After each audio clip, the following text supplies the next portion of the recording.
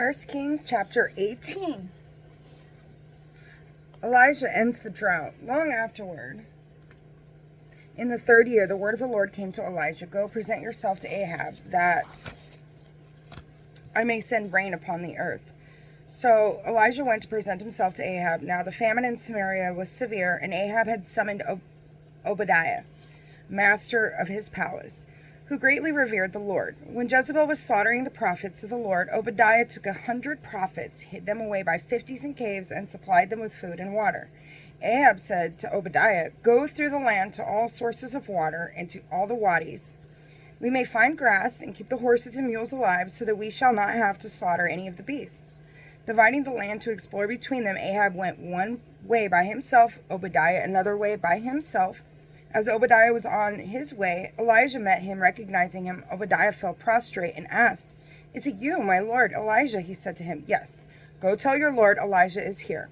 But Obadiah said, What sin has your servant committed that you are handing me over to Ahab to be killed? As the Lord your God lives, there is no nation or kingdom where my lord has not sent in search of you. When they replied, He is not here, he made each kingdom and nation swear they could not find you. And now you say, Go tell your lord Elijah is here? After I leave you, the Spirit of the Lord will carry you to some place I do not know, and when I go to inform Ahab and he does not find you, he will kill me. Though your servant has served the Lord from his youth, have you not been told, my lord, what I did when Jezebel was murdering the prophets of the Lord, that I hid 100 of the prophets of the Lord, 50 each in caves, and supplied them with food and water? And now you say, Go tell your lord Elijah is here, he will kill me?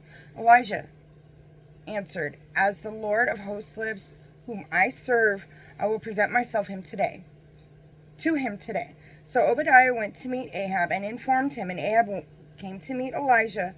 When Ahab saw Elijah, he said to him, Is it you, you disturber of Israel? He answered, Is it not I who disturbed Israel, but you and your father's house by forsaking the commands of the Lord, and you by following the Baals? Now summon all of Israel to me on Mount Carmel, as well as the 450 prophets of Baal and the 400 prophets of Asherah, who eat at Jezebel's table.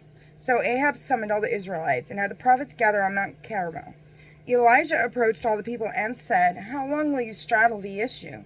If the Lord is God, follow him. If Baal, follow him. But the people did not answer him. So Elijah said to the people, I am the only remaining prophet of the Lord, and there are 450 prophets of Baal. Give us 2 young bulls, let them choose one, cut it into pieces and place it on the wood, but start no fire. I shall prepare the other and place it on the wood, but shall start no fire. You shall call upon the name of your gods, and I will call upon the name of the Lord. The God who answers with fire is God. All the people answered, We agree. Elijah then said to the prophets of Baal, Choose one young bull and prepare it first, for there are more of you. Call upon your gods, but do not start the fire. Taking the young bull that was turned over to them, they prepared it and called upon Baal from morning to noon, saying, Baal, answer us.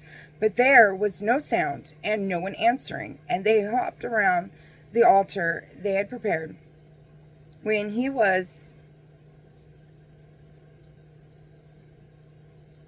was noon, Elijah taunted them, Call louder, for he is a god. He may be busy doing his business, or maybe on a journey. Perhaps he is asleep and must be awakened. They called out louder and slashed themselves with swords and spears according to their ritual until blood gushed over them. Noon passed, and they remained in a prophetic state until the time for offering sacrifice. But there was no sound, no one answering, and no one listening. Then Elijah said to all the people, Come here to me.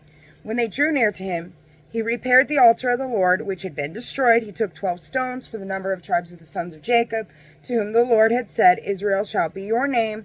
He built the stones into an altar to the name of the Lord, and made a trench around the altar large enough for 2 measures of grain. When he had arranged the wood, he cut up the young bull and laid it on the wood. He said, Fill 4 jars with water and pour it over the burnt offering and over the wood. Do it again, he said, and they did it again. Do it a 3rd time, he said, and they did it a 3rd time. The water flowed around the altar, even the trench was filled with the water. At the time for offering sacrifice, Elijah the prophet came forward and said, Lord, God of Abraham, Isaac, and Israel, let it be known this day that you are God in Israel, and that I am your servant and have done all these things at your command. Answer me, Lord, answer me. that this people may know that you, Lord, are God, and that you have turned their hearts back to you. The Lord's fire came down and devoured the burnt offering, wood, stones, and dust, and lapped up the water in the trench.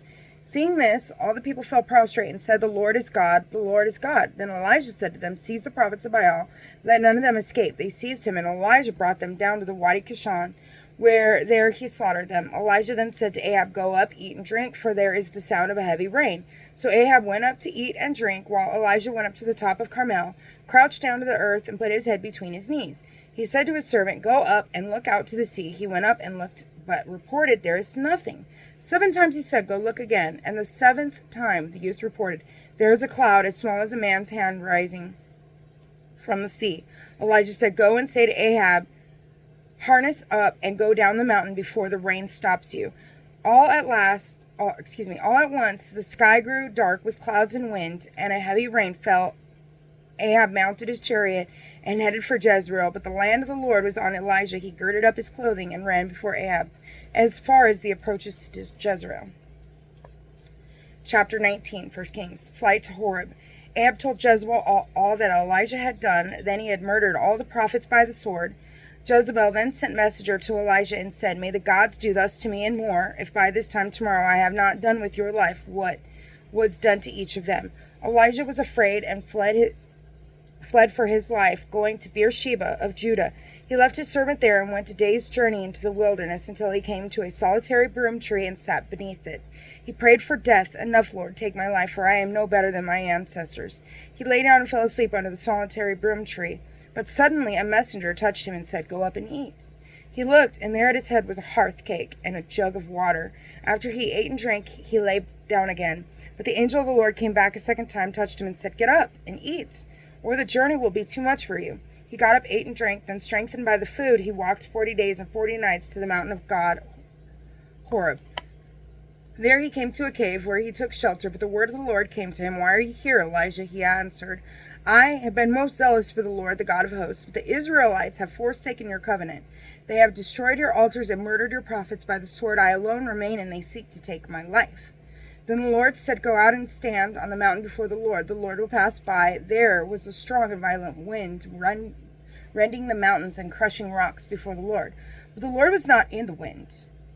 After the wind, an earthquake. But the Lord was not in the earthquake. After the earthquake, fire. But the Lord was not in the fire. After the fire, a light, silent sound. When he heard this, Elijah hid his face in his cloak and went out and stood at the entrance of the cave. A voice said to him, "Why are you here, Elijah?" He replied, "I have been most zealous for the Lord, the God of hosts, but the Israelites have forsaken your covenant. They have destroyed your altars and murdered your prophets by the sword. I alone remain, and they seek to take my life." The Lord said to him, "Go back. Take the desert road to Damascus. When you arrive, you shall anoint Hazael as king of Aram. You shall also anoint Jehu, son of Nimshi, a king of Israel, and Elisha, son of Shaphat of Abel-Meholah, as prophet to succeed you. Anyone who escapes the sword of Hazael, Jehu will kill.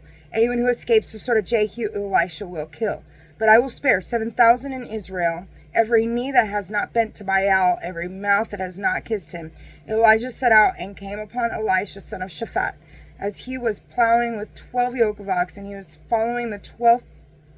Elisha went over to him and threw his cloak on him. Elisha left the ox and ran after Elisha and said, "Please let me kiss my father and mother goodbye, and I will follow you." Elisha answered, "Go back. What have I done to you?" Elisha left him, and taking the yoke of oxen, slaughtered them. He used the plowing equipment for fuel to boil their flesh and gave it to the people to eat. Then he left and followed Elisha to serve him. God bless you.